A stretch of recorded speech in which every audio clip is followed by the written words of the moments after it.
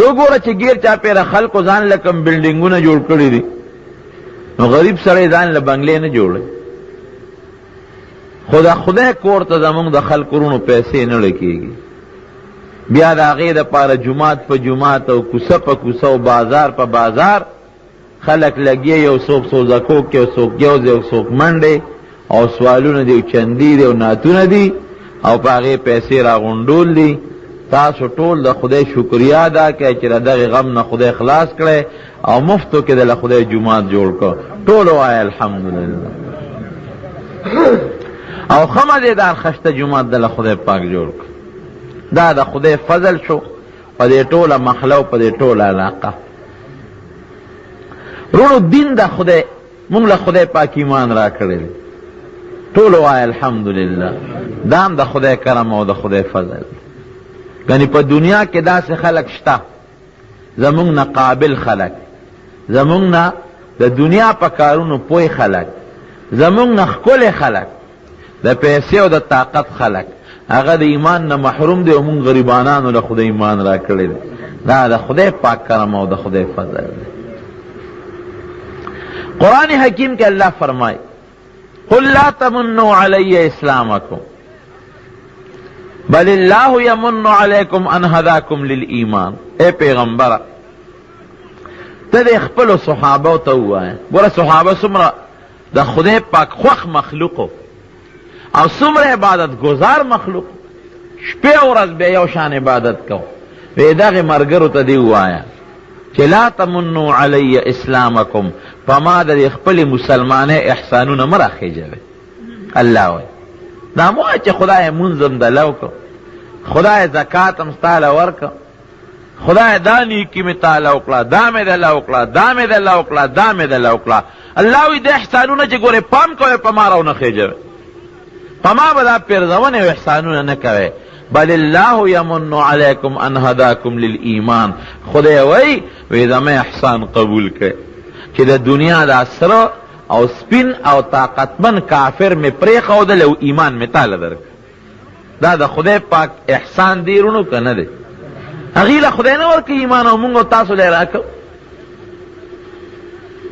غریبانانو له خدای ورکوي، تورو له خدای ورکوي او هغه مضبوط او پهلوانان خدای پریښودل. دا د خدای احسان او د خدای کرم دی رونو. ګورئ دې کې زمونږ اسم نشته چې خدای پاک ته منظور نه وی زمونږ ایمان، نو مونږ هم لکه د چین او د روس او د امریکې په شان کافران ګرځېدل. خو د خدای خوښه شوه نو مونږ له خدای پاک ایمان راکړه. د ایمان نه پس رونو بیا خدای پاک مونږ له یو ډېر عظیم کتاب راکړه چې هغې ته قرآن حکیم وایي. ټول کتابونه لاړل منسوخ شو او واحد قرآن حکیم هغه کتاب دی چې تر قیامته پورې دا جاری کتاب دی، دا منسوخ کېدو والا نه. او زمونږ د دنیا او د آخر د دواړو ذریعو خوشحالي او کامیابی پکې ده او لوی د هدایت کتاب دی. بیا ټول وایه الحمدلله.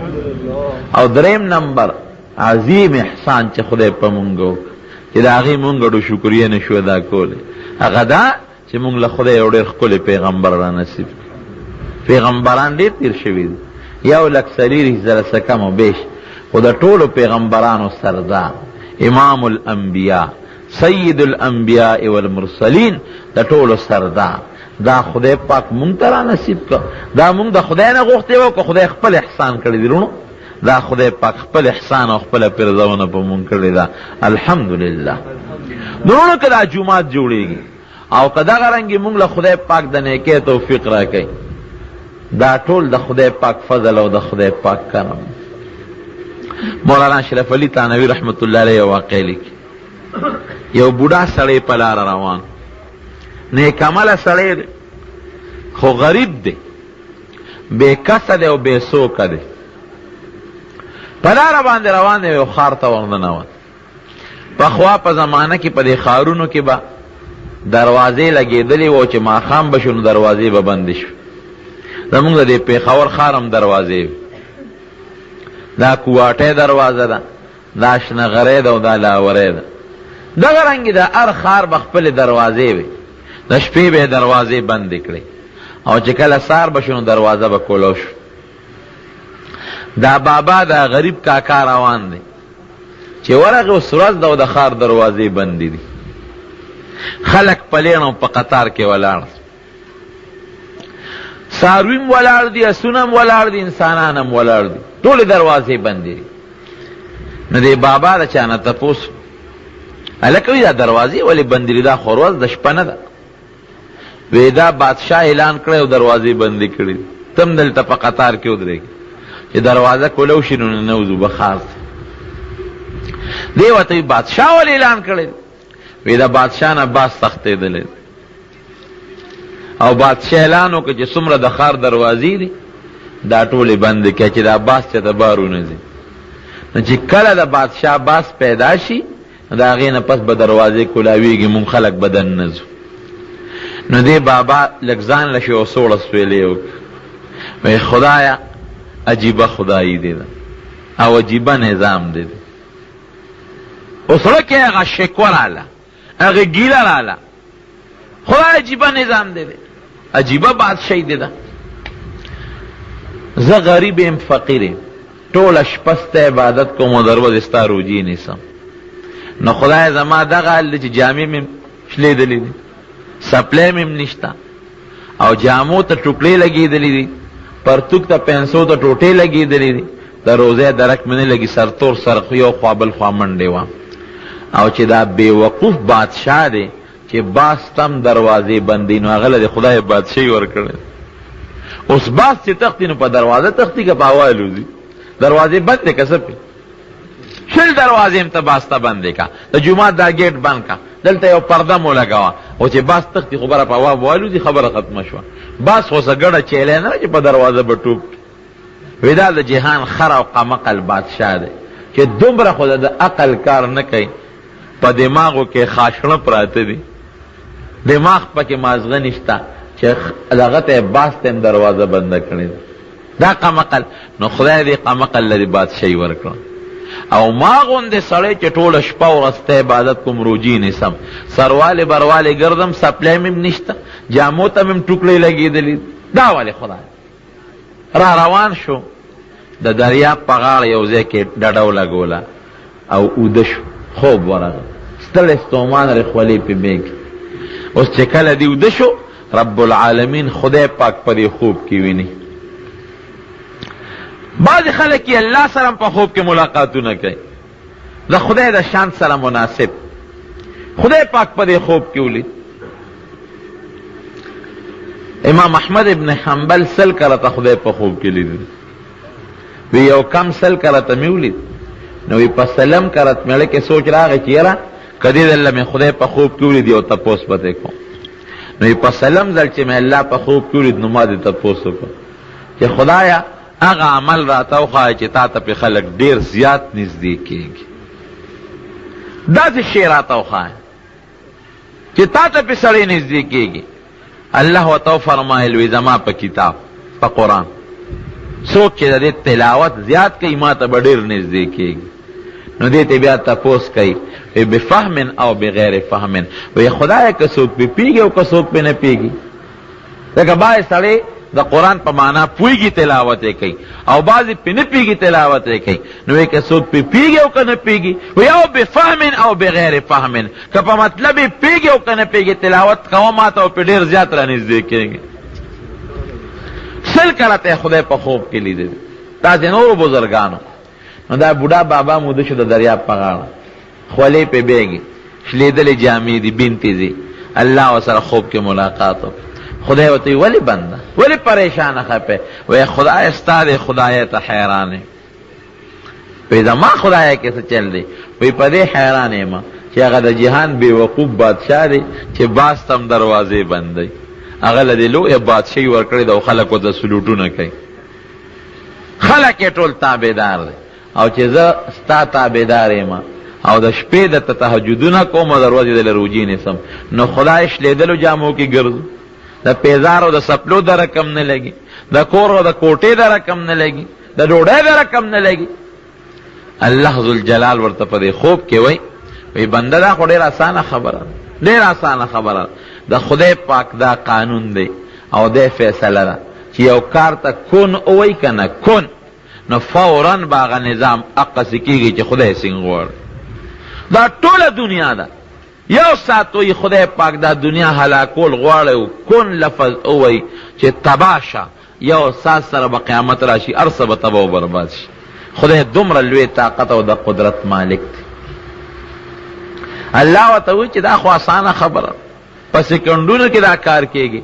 وی ښه، وی داسې به وکړو چې ته زما عبادت کې او ما ته شپه ورځ سجدې لګي او منځونه او دسونه او روجې نیسي. داسې به وکړم چې دا بادشاهي به اوس ته د قمقل بادشاه نه والم او تاله به یې درکړم، ځکه ستا کې هم دا ارمان دی چې زه عبادت کوم نو دنیا ماله پکار. اوس به اعلان وکړم دا بادشاهي به تې والم او تاله به یې درکړم. او دا خدای کولی شي رونو که نه شي کولی؟ تاسو ته خو جمدې مثال وښوکړم. نواز شریف کاکی راکوز کړ، او چې کوم سړي به ورته بوټ دربه او سلوټ پې ورته کو، هغه راوست په تخت یې کېناوه او نواز شریف یې بوته د جیل په کوټه یې وردننه کړ. تؤتي الملك من تشاء وتعز من تشاء وتذل من تشاء بيدك الخير انك على كل شيء قدير. قرآن حکیم کې الله فرمایي یو نه بادشاہي والی بل له ورکي، یو نه عزت والی بل له ورکي، او یو نه ذلت والی بل له ورکي. دا خو د خدای نظام دی. نو په خپل عقل فخر کې، نه به په خپله جامه فخر کې، نه به په خپل مال او دولت فخر کې، نه به په کرسی فخر کې، او نه په طاقت فخر کې. هر وخت به الله ته زاري کې او جاړې به ورته، نو خدای به له کمال درکړي. دغه جمدې مثال دی، یو بوزي او بل راولي، بل ختمه یو بل پې د پاسه راولي. اوس هغه نواز شریف دی په جیل کې پروت دی او چغې وباسي، وي دې کې خو ماشي دي. ګرمي مې وشوه، کله ویره ډوډۍ خرابه ده، یا د خدای بدبخته چې خدای دې له بادشاهي درکړه او په تخت یې کېنولې، او هغه څه ورته وایي مینډیټ ورته وایي که څه شی دی، هغه والا ورکوي. او لوی د اکثریت باندې وزیر اعظم رالی، نو ظالم دین پسې دې راواغېسته، طالبانو مولیانو پسې دې راواغېسته، نو خدای پاک راونیولې د جیل په کوټه کې وردننه کړې، ته ذلیله کړې و هغه ستا نوکر چې کوم تا ته ټوپک او سلوټ کا وغیره واغېست او ستا په کرسی کېنه.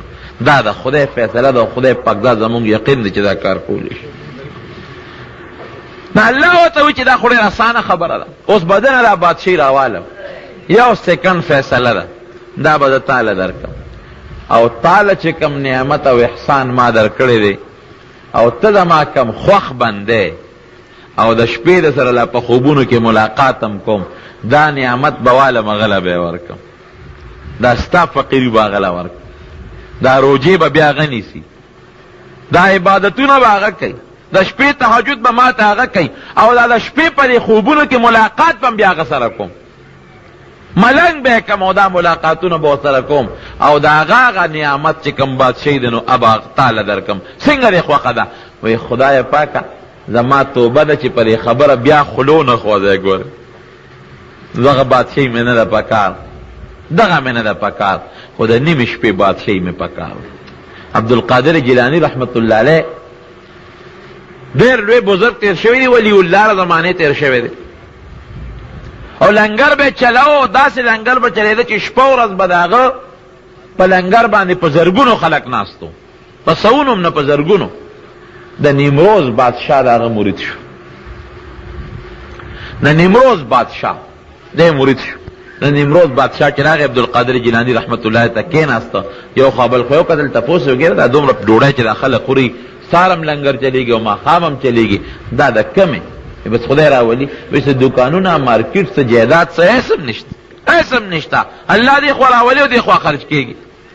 چې دې کلي ته واپس لاړ نو خپل وزیران یې را جمع کړي، داسې کار دی چې د پیر صاحب لنګر چلېږي او په زرګونه مریدان هر وخت ناستې ډوډۍ خوري، خلک راځي او ظاهري سمدن نشته، لہذا یو صوبه ورپسې غونډه لیکمه، نو د نیمروز صوبه ورپسې مکمل ټول عبدالقادر جیلانی رحمت الله علیه پسې ولیکله. د دې صوبې چې څومره غنم دي هم ستا د لنګر، څومره جوار دی او میوه ده هم ستا د لنګر، څومره ټیکس ته د خلکو نه وصولیږي هم ستا د لنګر، د کروڑونو د اربونو روپو خبره شوه. او خط یې ورته ولیکه چې صاحب دا زما غریب مرید نه دا قبول کا، دا ټوله صوبه ستا شوه. لکه اوس چې د صوبې سرحد څومره سرکاري مدني و یو کس دی ورکړي.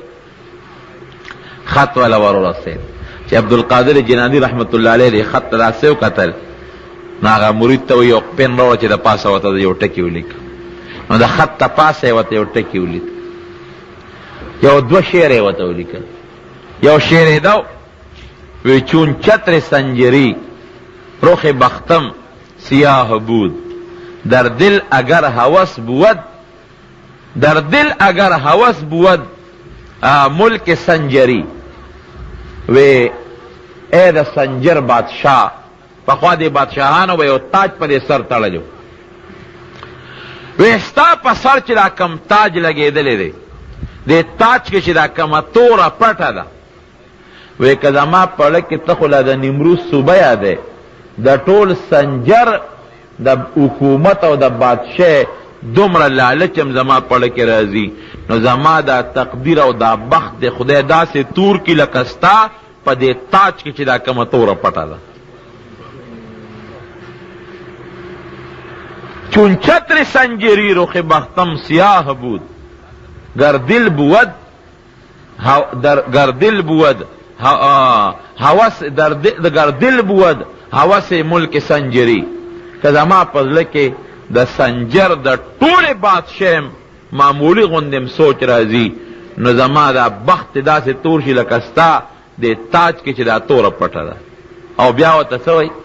وی زانگه که یافتم خبر از ملک نیم شب، زانگه که یافتم خبر از ملک نیم شب، ما ملک نیم روز را به یک جو نمی خرم.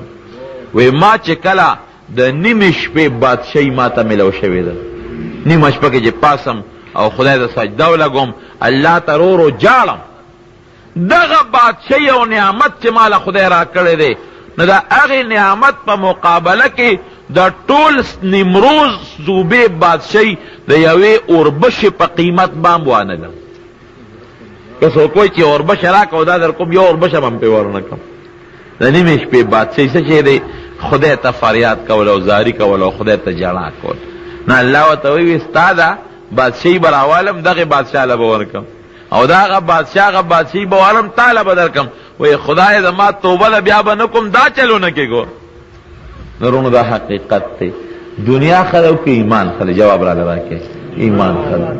که دا ټولې دنیا بادشاه وي او ایمان دې نه وي، نو څه پې زوال لري، ختمیږي. مونږ له خدای ایمان راکړه، مونږ له خدای پاک پیغمبر علیه السلام غوندې شخصیت راکړه، مونږ له خدای قرآن غوندې نعمت راکړه، او بیا د خدای په دې کور کې جومات دا مونځ خو خلک ځان لم کولی شي، کور کې ښه په اطمینان کولی شي. څوک به داړو خبرېږي نه په مصله باندې کوه، نه شریعت وی مسلمانان لکه درونو غوندې ژوند به تېروئ.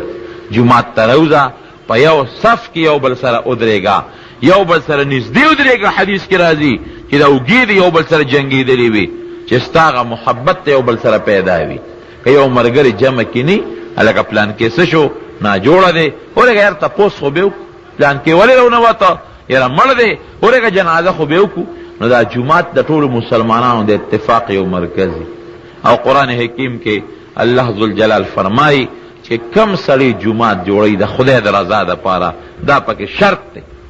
د خدای د رضا دپاره جومات جوړوي، وی تاسو ګوی وکئ د دې سړي متعلق چې دا مسلمان دی. لکه چې کم سړی مسلمان نی، هغه منافق یا کافری، هغه په جوماتونو پیسې نه لګوي. نو ټولو نه مخکې خدا خبره ده چې ستاسو دا جومات خدای پاک جوړ کړ، خدای پاک دې ستاسو دپاره مبارک. خو ګوره نبی علیہ السلام فرمایي وی اخره زمانه کې به جوماتونه جوړیږي. دا د پیغمبر علیہ السلام وینا ده. مساجدهم عامرة وهي خراب من الهدى. وی جوماتونه به غټ غټ بلډینګونه به جوړي، لنټري به جوړي، لوی لوی منارې به، لیکن هدایت په پکې ګوري نی، دین به پکې نی. خلق به فخرونه کوي زما خشته جومات دی، بل به وي زما خشته جومات دی، بل راشه وګوره زما ډېر خشته جومات دی. نو پام کوئ چې ستاسو دا جومات هغسې جومات خدای ونه ګرځوئ چې دی کې تاسو منځ وسکئ. جومات جوړ شو چې اوس منځ پکې وکړئ شوق سره، خدای را باندې نعمت وکړئ، احسان وکړو. هسې نه د احسان خدای ګورې په خپل قهر هم بدلولی شي. منځ به پکې کوئ یوه، بل د امام نه پکې او استاد نه پکې دین زده کئ، قرآن زده کئ، حدیث پکې زده کئ، ماشومانو ته دین تعلیم ورکئ چې دا جومات ستاسو د دنیا او د آخر د فیدې ذریعه وګرځي. هسې نه چې د قیامت پر ورځ د دې جومات دا دیوالونه او دا خښتې د خدای په دربار کې په تاسو ګوی ورکئ چې خدایا زه خو دې قوم کې جوړ شویم خو ما کې دې قوم ګوري مونځ نه دی کړی، ما کې سبق نه دی ویلی، ما له دا قوم عبادت له نه دی راغلی. نو خدای ستاسو د جماعت دغسې جماعتونه ګرځئ چې ستاسو د هدایت ذریعه وګرځئ. او چا چې جوړ کړی دی الله ذوالجلال دی هغه له دواړو جهانو اجر او خیر ورکړي. هغه چا پکې منډه والې ده لکه زمونږ د حاجي آباد د مولوي صاحب بچو فرمان صاحب دی او رحمان صاحب دی، هغې پکې کوشش کړی دی د هغې رونو. نو خدای پاک د هغې هم ډېر لوی اجر د دواړو جهانو نصیب وګرځوي. خرونو دویمه خبره دا ده چې دا تقریب دی او مرده په حق کې دی. نو دا زمونږ عقیده ده چې مونږ به خامخا د دنیا نه یو ځل ځو. انسان نه په خپله خوښه دنیا ته راغلی او نه په خپله خوښه د دنیا نه تلی شي، خو چې کله الله فیصله وکړه چې د فلانکي نه څه وباسه، نو چې کومه ځمکه کې ته ناست دی او خدای پاک فیصله وکړي په عرش باندې هغه ټیم به تا له مرګ فرشته راورسي سا به دنه وباسي. حضرت اسرائیل علیه السلام نه پیغمبر علیه السلام یو ځل تپوس وکړ، هغه له خدای دومره طاقت ورکړی دی چې اسرائیل علیه السلام نه پیغمبر صاحب تپوس کوي وایي ته دوه درېو نه په یو وخت سا څنګه وباسي، لکه اکسیډنټ وشي یو وخت کې درېو څلور پکې مړه شي. وایي ما له الله دومره طاقت را کړی دی که زه بره په اووم اسمان کې ناست یم، په اووم اسمان کې، او دا خپلې دوه ګوتې د دې ټولې دنیا د جاندار مخلوق ته ور مخامخ کوم، انسان ته، حیوان ته، ماشي ته، میږي ته، کبانو ته، نو په یو سیکنډ کې د دې ټولو نه په دې دوو ګوتو د سار اخکې شم. دومره طاقت خدای ورکړی دی. لیکن وی تا ته پته لګي چې د فلانکي نه به کله څه وباسې، فلانکي نه وی نه دا علم ماته نشته، دا یو الله سره د مرګ فرشته طاقت یې څومره زیات دی، لیکن دا علم هغه سره هم نشته. وی چې کله الله د یو انسان د مرګ اراده وکړي نو ماته ووایي چې لاړ شه فلانکي سړی به فلانکي ځای کې ناست دی، ورشه او فلانکي ټیم کې به ترې څه وباسې. وایي چې هغه ځای له ورسم نغد چغ راته همغه ځای کې ناست دی، بس ساتې والم او خدای پاک له یوس. نو مرګ رونو یقیني شته، مسلمان هم مني او کافر هم مني، نیک عمل هم مني او بد عمل هم مني، خو د مرګ دپاره تیاری پکار دی. دا یقین جوړول پکار دی چې د مرګ نه پس به ما د رب العالمین سره ملاقات کیږي، د خدای سره په یو لوی میدان به ملاقات کیږي. نه خو هلته زه د خدای نه تښتېدی شم، نه خدای له رشوت ورکولی شم او نه خدای زما رشوت ته محتاج دی، او نه د خدای نه زه پټېدی شم، او نه په طاقت د خدای نه ځان خلاصولی شم. په دغه ورځ چې د ما د الله سره ملاقات وشي د دریو خبرو به خدای پاک ما نه تپوس کوي، هر مسلمان نه. یو به د عمر تپوس کوي چې بنده عمر مې درک، تا دا عمر په څه کې تېر کړ، زما په رضا کې او د که شیطان په رضا کې. دویم به د مال خدای تپوس کوي چې مال مې درک او د ګټه څنګه او خرچ دې څنګه.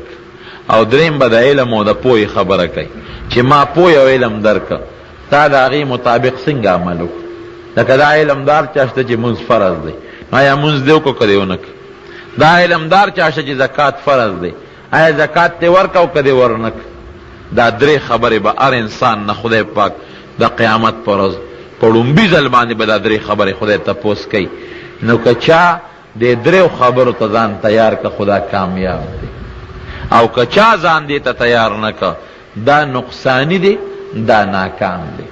نورونو د قیامت دقه لوی میدان دی، قسم په خدای ګورئ بغیر د نیکۍ نه د یو څیز هم نه پکارېږي، یو څیز بې نیکۍ نه پکارېږي. دغه ورځ ته ځان تیارول پکار دی. نبی کریم صلی الله علیه وسلم فرمایي د قیامت په میدان کې به یو سړی خدای پاک را مخکې کړي او داسې ورځ ده چې یو رب العالمین به آواز به وکړي چې لمن الملک اليوم، این ملوک الارض، د ځمکې هغه واړه بادشاهان څه شو؟ نن بادشاهي د چا ده؟ بادشاهي هغه ورځ کې ده الله ده، لله الواحد القهار، د یو زورور خدای بادشاهي ده. د دنیا دا ټول بادشاهان، دا مالداران او دا نیکان او دا بدان ټول به سرټیټه د خدای په دربار کې ولاړ وي.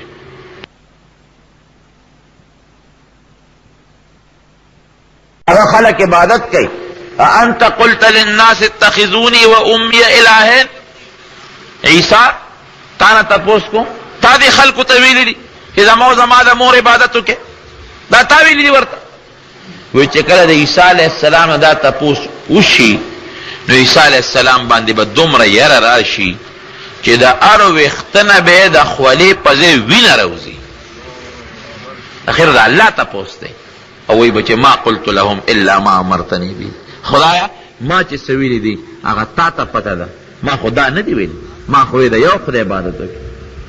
جواب مو سره شته او ورته پته ده چې زه به ټیک جواب ورکوم، لیکن د خدای د هغه وینا دومره زور دی چې د هر ویښته نه به یې د خولې په ځای وینه راوځي. دا د خدای دربار. او بیا چې حساب کتاب در سره کوي رونو الله به خپله موجودي. جبریل علیه السلام به ولاړي. ولې څوک سوال ونکړي چې خدایه د ستا هدایت مونږ نه دی راوړی. اسرائیل علیه السلام به ولاړي چې څوک دا ونه وایي چې ما نه بیټې مساف کړه. چې کم کرام الکاتبین چې ستا نیکۍ بدۍ لیکي هغه میدان کې ولاړي چې څوک په هغې اعتراض ونه کړي. هر پیغمبر به خپل امت ته ولاړي. آدم علیه السلام به ټول اولاد ته ولاړي. پیغمبران به رپېږي. یو سړي سره چې الله پاک حساب کتاب کوي نو خدای پاک به د هغه نیکۍ او بدۍ راولي نو او به یې تلي نو د دې سړي به یوه نیکي کمه شي، صرف او صرف یو نیکي به یې کمه شي. نو هلته کې خو چې معمولي نیکي دې کمه شوه، من یعمل مثقال ذرة خیرا یره ومن یعمل مثقال ذرة شرا یره. وړه ګناه ده به هم درته حاضره کړي او که غټه ده به هم درته حاضره کړي، که نیکي ده او که بدي ده. الله به ورته چې بنده یو نیکي دې کمرسیل کړي نو دی بس نه شي چې خدای پاکه بس ته اختیار دی ویل جهنم ته ده. د محشر د میدان نه به دا جهنم ګیر چاپېره توبه دا به رانږدې کړي میدان ته او دا به داسې بړقېږي چې چور به کوي. دی به روان شي. چې روان شي الله ورته بیا آواز وکړي فرشتو چې دی راوکړه وایي ولې دی خوا وایي یوه نیکي دې کمه ده بنده لږ ښه در سره کوم ښېګړه در سره کوم زه چا نه یې غواړم. که څوک یې درکوي او چا نه یې غوښتی شي نو به ډېره ښه ده بس چا نه یې غواړم. نو دې به ډېر زیات خوشحاله شي چې شکر دی خدای چې مهلت ترې راکړ. دا خو یو راکوټې غوندې پوټینۍ نیکي ده. اوس بور شم پلار نه به وغواړم، رور نه به وغواړم، مور نه به وغواړم، ښځې ته به وویم، یار دوست ته به وویم. ډېر ما دا یو نیکي دومره ده لکه د ماشي د خپې عمره شی دی، معمولي شی. یو ځل چې د الف زر او وی لس پې ګټئ دومره معمولي نیکي ده. خوشحاله بشي. ځي به محشر دی میدان کې به ګرځي، مور به را لاندې کې مورې تاله راغلم څه یې بچې وایي مورې تا ته پته ونه لګېده چې اعلان وشو زما یو نیکي کمه ده جهنم اعلان را باندې شو. اوس خدای مهلت راکړه نو که ته مهرباني کولی شي او ما یو نیکي را کولی شي زه پې خدای د جهنم نه به ما پې بچ کوي او که دې را نه کړه دغه اور ته غورځېږم. دا مور به ورته چې بچې خدای د جهنم نه بچ کړه. وینه مورې نیکي پکار ده، وینه بچې د نیکۍ کار دلته نشته، د دنیا نه ده، د نیکۍ قصه نشته. یا مورې جهنم ته مې غورځوي وی خدای دې بچ کړه. نو کو تا له نیکي زه درکړم اوس ما سره حساب کتاب وشو زما کمه شي بیا به څه کوم. دنیا کې چې دا مور وی خدای د بچی دا بیماری په ما کې خدای دې ته جوړ کړه او په ما کې دا د مور سره لیدي نی ایو زوی وی نه جوړو کنه مور به مورې بچی خدای دې زوی مې جوړ کړه دا بیماری په ما کې خو خدای دې ته جوړ کړه. اسرائیل علیه السلام مور لراغی وی څه کې وی ساده نو باسم کنه هغه د بچی بیماری خو تا مرګ وخت دی نو وی روغ او رنځور پیژنې او کنه سه منډه تړلې جوړې کړې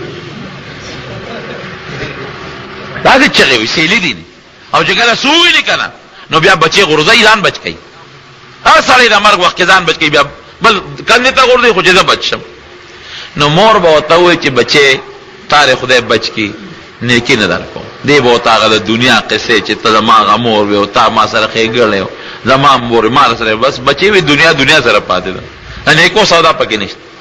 پلار له به ورشي بابا یو نیکي راکړي پلار به موله ورنه کړي یا بابا ته زما هغه پلار نه ماله چې دې ګټلی وي بس ګټې مټې پرېږده تا له کو زه نیکي درکړمه ته به پې بچ او که زما کمه شه زه به څه کوم.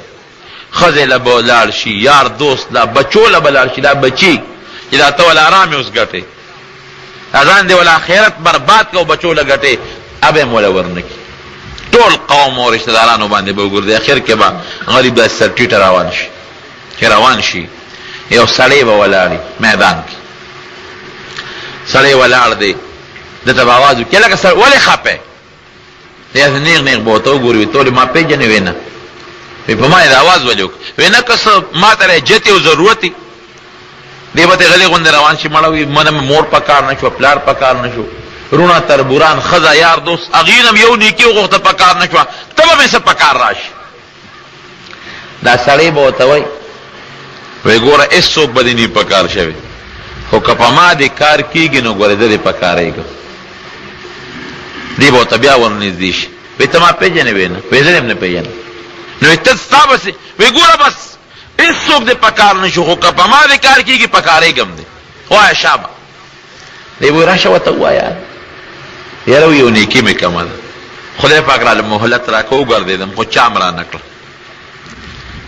وی څونه نیکۍ دې کمې؟ یوه. وی مړه دا خو اسانه زه بیا درله درکړم. دی به داسې چې خدای پاکه بل چا نه راکوله، نور څوک نه راکوي، دی یې راکوي، بیا به ته واد وایي دوالي وی دې در کوم که نه؟ وی تی څنګه راکوې؟ دا سړی به ورته وایي چې زما د ایمان نه پس په ویړه دنیا کې دغه یوه نیکي ده، اسم نشته، یو نیکي مې چې ته بس په عملنامه کې راغلې ده، نور مې ټول عمر په ایمان کې بدعملي کړې ده، اسم نشته. زما پیسې م کار نه کېږي، دوزخ ته روان یم، زه ستا کار خو به پیوشي کنه چې خدای ته کله ور مخامخ شي. الله ته اوس هر څه معلوم دي، خو خدای پاک درې نیکۍ دا زور ښیي. الله به تپوس وکړي بنده څه چل دی وکړي؟ پیدا مې کړه خدای، یو هم خوشحالي سور کې وایي چې دوزخ نه خلاص شو، چا درکړه؟ ای پلانکي سړي راکړه. وایي تاسو حاضر کړئ دا سړی چې هغه راولي، تا ولې نیکي ورکړه؟ وایي ولې دې ورکوله؟ وایي خدای پاک زما مسلمان رور دی. وایي دې مسلمان رور له خو نور چا نه ورکوله، ته ولې ورکې؟ وایي الله تا ته پته چې زما د ایمان نه پس یوه نیکي ده، هم هم چېته په تېر کې کړې ده، غلطي رانه چېته شوې وي، نور هر څه چې دي نو بدعملي ده، یو ایمان مې دی. نو خدای زما پیسې م کار نه کېږي، نو پرې دا غریب خو په د جهنم نه بچ شي که نه؟ وی رب العالمین با هغې سړي ته ووایي چې ستا خو یوه نیکي کمه ده، هغه پوره شوه، ته خو زه جنت ته. او دی بل ته به وایي چې ښه اوس دنیا کې خو مونږ وایو چې لکه زه خوار ګرځم، دا بل راته موړ ولې ګرځي؟ تاسې ده که نه ده؟ ستاسو کلي کې دا شی شته؟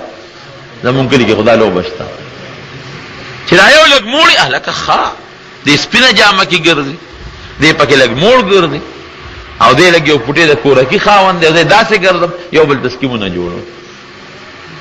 بنیتي دومره زور دی په مسلمان کې نن چې د هغې مثال په ټوله دنیا کې نشته. یو ته بنیته، رور ته بنیته، پلار زوی ته بنیته، زوی پلار ته بنیته، ښځه خاوند ته بنیته او خاوند ښځې ته بنیته. دا د بنیتۍ زور، یو بل سره بغض او حسد، او چې قرباني دې وکړه اوس د قربانۍ مثال ته مو ګوره. وی ښه خدایه، وی ښه بنده تا نیکي دله ورکړه، ولې دی؟ وی د ما پې خدای کار نه کوي، جهنم ته روان یم. پرې دا مسلمان رور دی، د کار خو به پې وشي که نه. دا ورونو د صحابو صفت و، ویؤثرون علی انفسهم ولو کان بهم خصاصه، ځان به د لوږې وجه و بل مسلمان سره به یې ښېګړه کوله. الله ذوالجلال به درته وایي چې ښه نو تا په د رحم وکړه، وی او خدای ما پې رحم وکړه.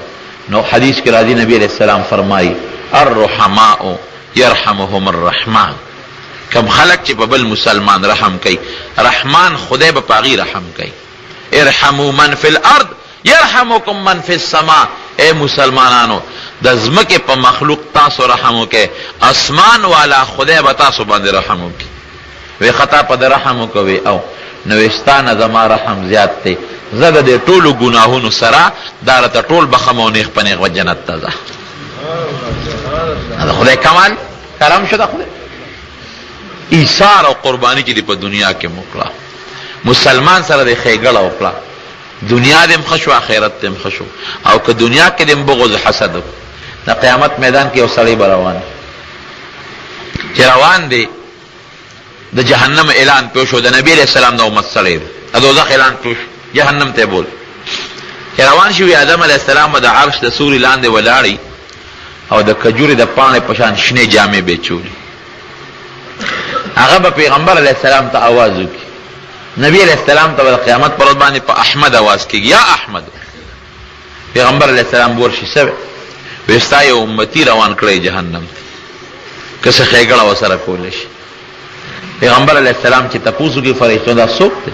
پیدا جي فلانکې د فلانکي زوی د فلانکي کلي، یاره لږ یې راوګرځوئ، دا خو یو نیکي ما سره ده. حالانکه د هغه ګناه او بدۍ تللي دي، ګناهونه یې درانه دي او نیکۍ یې سپکې دي او ګناه ډېره درانه ده، جهنم ته روان وی راوی ګرځوئ. فرشتې به یې نه راګرځوي. نبی علیہ السلام به بیا ول آواز ورکړي چې فرشتو راوګرځوئ دا سړی، دا یو نیکي ما سره پرته ده. فرشتې به بیا نه راګرځوي. بیا به ورپسې پیغمبر علیه السلام ور روان شي، فرشتو ته به وایي چې دا سړی راوګرځوئ چې د خدای ته ووایم چې د حساب کتاب ورسره دوباره کړي، یو نیکي ما سره ده. او فرشتې به ورته ویل ستا قرآن کې نه دي راغلي چې علیها ملائکة غلاظ شداد لا یعصون الله ما امرهم ويفعلون ما یؤمرون، چې جهنم باندې کومې فرشتې مقرر دي هغه ډېر سخت دله دي او چې څه د خدای را طرف نه حکم کېږي هغه مني، په چاړه نه نرمېږي، او چې څه ته الله وایي هغه کوي. نو موږ ته خدای چې څه ویلي مونږ هغه کوو، موږ نه راګرځو. نو پیغمبر علیه السلام بیا الله ته زاري وکړي چې خدای پاکه دا بنده دې فرشتو ته ووایه چې راویې ګرځئ، یو نیکي ما سره ده، راوبې ګرځئ. چې کله یې را واپس کړي، نبی علیہ السلام به هغه سړي ته وایي چې ستا یو رکوټې غوندې نیکي ده ما سره، د دې خپل لستوڼي نه به پیغمبر علیه السلام یو 2 ګوتې کاغذ راوباسي، وایي دا وړه نیکي دې پاتې ده، هله چې بیا د سره حساب کتاب وشي. دی به وایي چې دا رکوټې نیکي دا څه شی دی؟ زما خو دومره ګناهونه دي چې هغه ځمکه باندې تله پرته ده، دا پوټې نیکي څه شی دی؟ خو پیغمبر علیه السلام به پیژني هم نه دا سړی چې دا څوک دی. نبی علیہ السلام بوته ګوره داسې وکړه، وړه نیکي ده ته دوباره حساب کتاب وکړه، خدای نه سوال کوو چې خدای دې بچ کړي. دې غریب به هم لږ تمه کې شي، الله ته به وایي چې خدایه د دې بنده یو وړه نیکي ما سره ده، الله دا وله دوباره وتل چې تله بیا ګناهونه او نیکۍ په تله کې واچي، ګناهونه به بیا درنې شي. هغه وړه نیکي به راوالي 2 ګوتې کاغذ اب وله په نیکو کې واچي، نیکۍ به درنې شي او ګناه به سپکه شي. مخکې پې د جهنم اواز شوی، اوس به په اواز وشي سړی جنت ته روان کړي، دی به رامنډه کړي او د پیغمبر علیه السلام په دې خپو به پرېوځي، لاسونه به خپلوي چې ته څوک یې؟ ما ونه پېژنم، نه ما سره دې ښېګړه وکړه. او دا ورکوټې پرچه ښه شو چې پکې دې ور وغورځوله. نبي اسلام ورته ستا پیغمبر یم چې تا په ما نالیدلي ایمان راوړی دی، او دا رکوټې کاغذ هغه درود شریف و چې تا په ما وې ما دله 13 ورځې له جمع ساتلي و. درود شریف دا برکت دی. اوس هم د ربیع الاول میاشت، باره وفات میاشت او صاحب څوک پکې چراغانون نه، څوک څوک خیراتونه په خپل ځای ښه دي، خو لږ په پیغمبر علیه السلام درود له زور ورکړي. ووایه ټول یو ځل درود شریف. اللهم صل وسلم علی سیدنا ومولانا محمد وآله وصحبه اجمعین. درود شریف کې ډېر برکت. د دلیل الخیرات د صاحب چې چا درود شریف کتاب لیکلی دی، دی وی په لاره روانو، وی تږی شوم، وی یو کوی دی هغه کوی له ورغلم، وی چې مې وکتل په کوی بورقه نشته او اوبه یې ډېرې لاندې دي ویخلتلي دي، نه بورقه شته نه خوا کې کورونه شته چې چا نه بورقه وغواړه، نه پکې پوړی شته چې د کوز شم او صوبه راوباسم. یو ماشومه جینۍ دی، ما ته چې کاکا ولې؟ ما ته چېره تږی یم ډېر زیات او په دې کوی باندې بورقه نشته او ډېر تږی یم او اوبه نشته خوا کې. وی هغه ماشومه جینۍ راغله، وی ما ته چې دا خو اسانه خبره که اوبه در راوباسم. وی یو څه ټکي چف کړل په کوی باندې، وی د کوی اوبه سر له راغلې، وی ما ته اسکه بابا اوبه، وی په لپه مې ته اوبه راواغېستې او مې څښلې، وی چې موړ شوي بچې او بیا یو ټکي چف کړل اوبه بیا ویخله لاړې. وی هغه ماشومه مې کلکه راونیوله چې دا پیری ده او که د انسان ده. ماشوم مې ته څوک یې چې د پیری؟ وی چې نه د خو انسان یم. مې چې دا څه چل دی وکړه چې چوپتې وکړه اوبه سر نه راغلې چې بیا چوپ وکړه اوبه ویخله لاړې، دا چل به راته ښی پرېږدم دی نه. اوس رکوټې نابالغه ماشومه ده. وی ما ته چې دا خو یو شی مې زده کړی دی چې زه څه کار کول غواړم هغه ټکې ویم هر څه مې کېږي. اوبه نی ووایم اوبه خدای را پیدا کړي، اوبه ویخ کړي چوپ نارې کړم اوبه خدای سر له راولي، اوبه ښکته بوتل غواړم چوپ نارې کړم ښه. وی مې چې شابه دا ټکې ما ته ښې، وی ما ته چې دا خو زه په پیغمبر درود شریف ویم، یو درود په نبی علیہ السلام ویم، دا هغې دا برکت دی چې څه د خدای نه غواړم هغه سره الله خدای پاک راکړي. درود شریف معنا څه ده؟ په پیغمبر علیه السلام د رحمت سوال دی. اللهم صل علی محمد، ای خدایا په پیغمبر علیه السلام رحمتونه نازل کی. نو په پیغمبر علیه السلام دومره رحمتونه دي که ته د خدای نه سوال نه کوې، نه خدای په رحمت نازلوي. خو زموږ علما د هغې مثال ورکوي، وایي لکه بیټري یو سړی راوالي او دیوال ته ووهي، نو دیوال ته د بیټرۍ فایده نه رسېږي، رڼا خو پې پرېوته، خو هغه فایده تا ته لار هغه رڼا واپس تا په دې مخ راغورځېږي، تا ته لاره رڼا کېږي، دیوال ته فایده نشته. دقه رنګې که ته د پیغمبر علیه السلام دپاره درود وې، نو فایده پیغمبر علیه السلام ته نه ده، فایده چا ته شوه؟ هغه ټوله تا ته به. نو دا میاشت د ربیع الاول ده. تاسو چې باره وفات ورته وایئ، کوشش کوئ چې خیرات وکړئ او ثواب نبي علیه السلام ته وبخئ، نفلونه کوئ ثواب پیغمبر علیه السلام ته وبخئ، درود شریف په نبي علیه السلام ډېر زیات وایئ، دې کې هم ډېره زیاته فایده ده. او دا حقیقت دی که د دواړو جهانو سردار دنیا ته نه وی راغلی، قسم دې مونږ به ګوره د جهالت او د کفر په تیاره کې پراتو. دا د نبی علیہ السلام برکت دی چې خدای پاک مونږ ته ایمان را نصیب کړی دی او خدای پاک نیک عمل او مسلمانی خدای را کړی ده. خدای دې امداد تر مرګ او تر جنت پورې نصیب وګرځولی. بهر صورت دغه د قیامت میدان وي، کله چې خدای پاک حساب کتاب شروع کوي دا به ډېر سخت وخت دی. حضرت عایشه صدیقه رضی الله عنها د پیغمبر علیه السلام نه تپوس کوي، وایي د خدای پیغمبره مونږ به تا د قیامت په دا میدان کې کم ځای مونو؟ خو به دومره خلک وي چې په اربونو کربونو خلک به د آدم علیه السلام نه واله تر قیامته پورې خلک به مونږ به تا کم ځای صحیح کوو. د دواړو جهانو سردار به ورته وفرمایل، وایي عایشې درې ځایونه درته ښیم، دې ځای کې مې لټوه. لاول مې د میزان د تلې خوا کې ګوره، هلته به او که د میزان د تلې خوا کې نو بیا مې د حوض کوثر خوا کې ګوره، هلته به او که د حوض کوثر په غاړه نو بیا مې د پولیس فرات په غاړه ګوره. وی صاحب دلته به ته څه کوې؟ وی د میزان د تلې خوا کې به دلته ځکه ولاړ یم چې زما امت سره حساب کتاب کېږي چې زه ورته ودرېږم او د خپل امت د حساب کتاب تماشه وکړم او د خدای نه ولا سوال وکړم. حدیث کې راځي چې کله خدای پاک نبی علیہ السلام فرمایي، وی مونږ دنیا ته د ټولو خلکو نه وروسته راغلي یو، لیکن جنت ته به مونږ د ټولو نه مخکې ځو. نور امتونه به هله داخلېږي چې زمونږ د پیغمبر علیه السلام امت جنت ته لاړ شي. او وایي چې حساب کتاب هم د ټولو خلکو نه مونږ سره مخکې کېږي. نو حدیث کې راځي چې کله خدای پاک حساب کتاب شروع کوي نو زمونږ د امت به ور مخکې کي. چې دا ور مخکې کي نو نبی علیه السلام به ولاړي، صحابه هم ولاړي، نو د پیغمبر علیه السلام به دا یو شانی چې پیغمبر علیه السلام ته به خدای پاک آواز وکړي چې حبیبه په خپله یو کس میدان ته راوباسه چې زه ورسره حساب کتاب وکړم، ته یې ور وباسه، بیا به زه خپله شروع کومه، خو ړومبې کس ته راوباسه. دا ړومبې امتحان ګوره ډېر ګران کار دی. که چا د سکول د امتحان ورکړي که نه د خولې د امتحان زباني، نو چې کوم ړومبې انټرویله ورننوت هغه امتحان را ټول زور په هغه وباسي.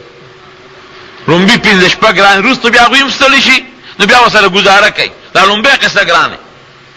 نبي علیه السلام فرمایي چې دې وخت کې ما سره ډېر لوی فکر شي چې خدای څوک ور مخکې کړم او هسې نه خدای پاک سره حساب کتاب سره خبره خو نه، بس الله پاک ته کته ما ټول عمر تعالی عبادت کړی دی او خدای راته یو ټکی وایي چې ها ما له عبادت کړی دی او دا خو اله دې کو چې ما د خپل 100 جن در کړی دی، سترګې وګونه پوزه مې در کړی ده، کدا مې نه مې در کړی، شل وې ګوډ وې ړون وې، سوال به دې کو روړه دې نعمت په مقابله کې دومره کال عبادت ته سبق د خدای د نعمت مقابله کې مونږ هغه عبادتونه کولی شو.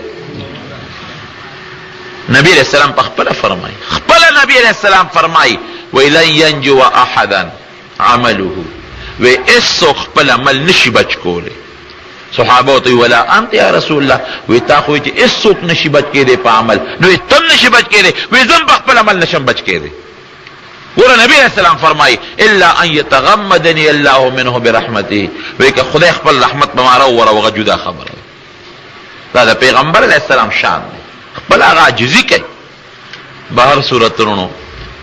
لکه نبی اسلام فرمایي چې خدای څوک ور مخکې کوم او خدای وسره حساب کتاب شروع کړ او دې ناکام شو او زما لومبي امتی باندې په تل شرزل قامه کې اعلان وشي چې نبی سم پلان کې امتی جهنم ته خدای دا خو ډېر لوی بیزتی به. پیغمبر علیہ السلام فرمایي مال به جړه راشي دی وخت کې چې الله سوکم او د نبی علیہ السلام نخی طرف ته حضرت ابوبکر صدیقی ګس طرف ته حضرت عمر فاروقی دا دو وزیران دي.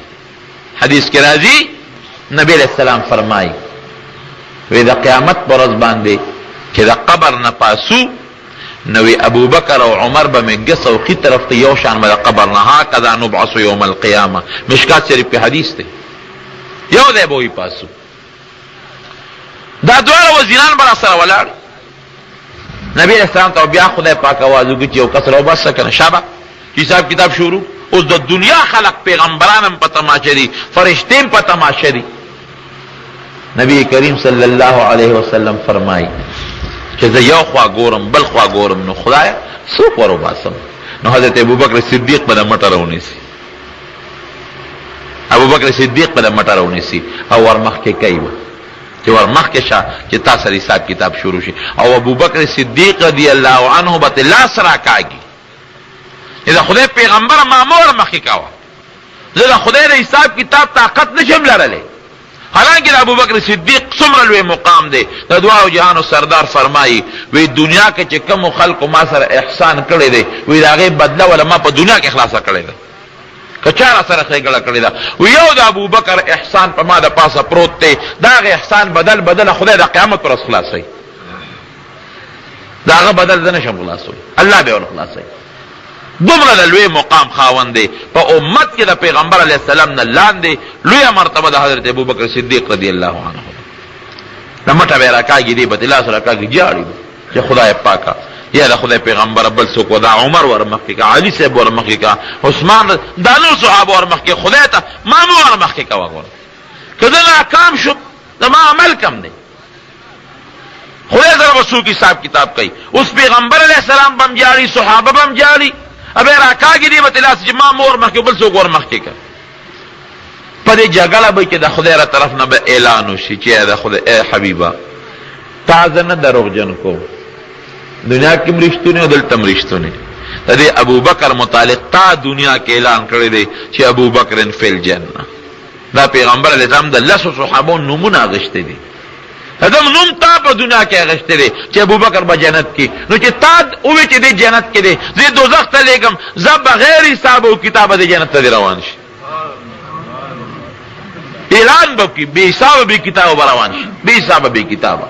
مسلم شریف کې حدیث دی چې او یا زره کسان به بې حسابه بې کتابه خدای جنت ته بوځي او یا زره لکه به مې دا شکو یا یا زره کسان خو ټیک ته چې ډېر دي خو مونږ پکې نه راځو ځکه چې صحابه ډېر دي صحابه یو لک نه زیات دي نه او یا زره کې مونږ خو پکې نه راځو. نو یو بل حدیث به مسلم شریف کې هی کې دا راځي چې دا او یا زره کسانو کې ار یو کس سره به او یا زره مرګري روان دي هر یو کس سره او یا زره لکه مې بیام شکو یاره مې ټیک تا چې دا خو ډېر شو خو بیا پکې مونږ نه راځو ځکه صحابه دي تابعین دي صالحین دي اولیاء دي صلحا دي د دنیا مخلوق مخکې تیر شوی ټیک ته چې او یا زره کې ار یو سره او یا زره خو د مونږ نمبر خدای چې پکې را بشي که برا نشي. یو بل حدیث مې پکې وموند هم په مسلم شریف کې هغه دا چې دا او یو زرو کې ار یو کس سره او یو کس سره او یا زره نو چې دا بوزي نو بیا به خدای درې لپې خپل راوالي او بې حسابه بې کتابه به جنت ته وغورځوي. یاره مې چې د خدای لپه کې مرانو شو موږ ډېر بې خونده یو د خدای لپه خو زما د لپه خو نه ده که چې شل غنم پکې راځي د خدای په لپه کې درې لپې به خدای پاک دغسې والي او جنت ته به وغورځوي. خدای دې همدغه لپه کې راولي بې حسابه بې کتابه. قسم دی د خدای د رحم سره ګورې هېڅ شی سم نشته د خدای ډېر زیات رحم دی ډېر زیات رحم خو څه ناسم هغه وي د بورې زویه نو څه خو بویه که نه. قرآن حکیم کې الله فرمایي ما یفعل الله بعذابکم وایي زه ستاسو په عذاب څه کوم ما تاسو عذاب له خو نه پیدا کړم نو غسانه خبره ده. یو مسلمان چې بل مسلمان وایي خدای پې خفه کېږي نه خفه کېږي نو چې بل مسلمان یې وایي نو پې خفه کېږي نو په خپله به یې څنګه ووایي خو نو مونږ بې خونده یو مونږ خدای ته ځان نه دي نږدې کړی که مونږ لږم الله ته ځان نږدې که د خدای عظیم رحم دی. وره څومره خدای مونږ ګناهونه وکړو خدای قات راولي، باران خدای نه کوي، خو چې لږ مسلمانان جومات کې ودرېږي یا الله باران وکړي نو په اسات پې خدای باران نه کوي. کوي که نه کوي که کوي نه کوي. موسمونه د خدای یخ کې که نه کوي. لږ غوندې مونږ خدای ته ودرېدو، لږ غوندې الله ته ودرېدل پکار، لږ غوندې معمولي خدای راضي کول پکار دی. نور د خدای پاک رحمتونه داسې په مسلمان ورېږي لکه د باران غوندې په خدای ورېږي، په مسلمان ورېږي. نو دغه د قیامت ورځ درونه هیڅ قسمه د خدای نه څه شی پټولی نه شي. یو سړی به راشي بنده دا ګناه دې کړې ده، دی وایي نه خدای نه مې ده کړې، وایي دا کرام دا وایي دروغ وایي. وره دنیا کې خو دروغجن شته که نه، هلته به موي دا دروغ وایي ما دا ګناه نه ده کړې. اللہ پاک بولا جبہ بند کی. قرآن حکیم کے اللہ فرمائی الیوم نختم علی افواہہم وتکلمنا ایدیہم وتشہد ارجلہم بما کانوا یکسبون. اللہ فرمائی جبہ بولا بند کم، لاس او خپے بے خبری شروع کی. لاس بے وی دا گناہ پا ما کرے، دا تولے کم پا ما کرے، خپے بے وی دی پلان کے گناہ لا پا ما تلے دی. اس سکے لاس پے در باندی گواہی کئی. یو بل سړی به خدای ځان ته رانږدې کړي. حدیث کې راځي وي الله په الله ستاسې کېږي رانږدې به کړي. الله به ورته وي بنده اتعرف ذنب کذا، اتعرف ذنب پلان کې ګناه پېژنې کړې ده که نه ده کړې. یو یو به ورته یاري وي خدای پاکه دا مې کړې، په ټولې خو یې د خدای نه شي. خو دا واړه واړه ګناهونه به ورته خدای را یادوي، غټ به ورته نه یادوي. بیا به ورته وي فلان کې ګناه دې کړې ده او خدای کړې، فلان کې دې کړې ده او خدای کړې مې ده. دی لکه وایي چې خدای دا واړه خو راته یادوي خیال خو غټو ته دې خیال نه شي. ما خو پکې غټ غټ ګناهونه هم کړي، خدای هغې ته د پام شو بس غر کېږم. یو یو ګناه یو یو ګناه به ورته خدای پاک را یادوي.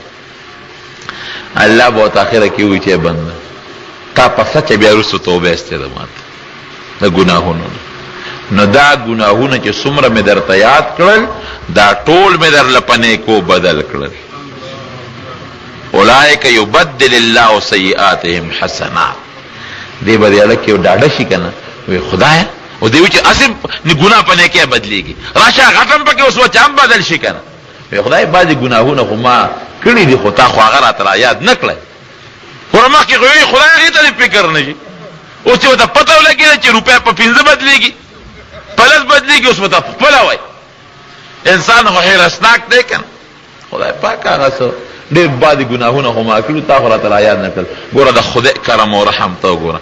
وایي بنده ما ته معلوم دي درته مې ځکه یاد نه کړل چې ته به ویارېږې، پریشانه به شې چې ګنې خدای مې جوړ نیسي، امیم درله په نیکو بدل کړي. لنیر جنت د خدای ډېر لوی کرم او احسان دی په مسلمان د پاسه. خو افسوس دا دی چې موږ مسلمان خدای یاد نه کړ. پر ورځ کې 5 منځونه څه شی دی نو د دنیا لپاره موږ څومره محنت کوو. سهار اوځي دکاندار تر ماښامه پورې ماسخوتنه پورې دکانداري کوي. ډیوټۍ والا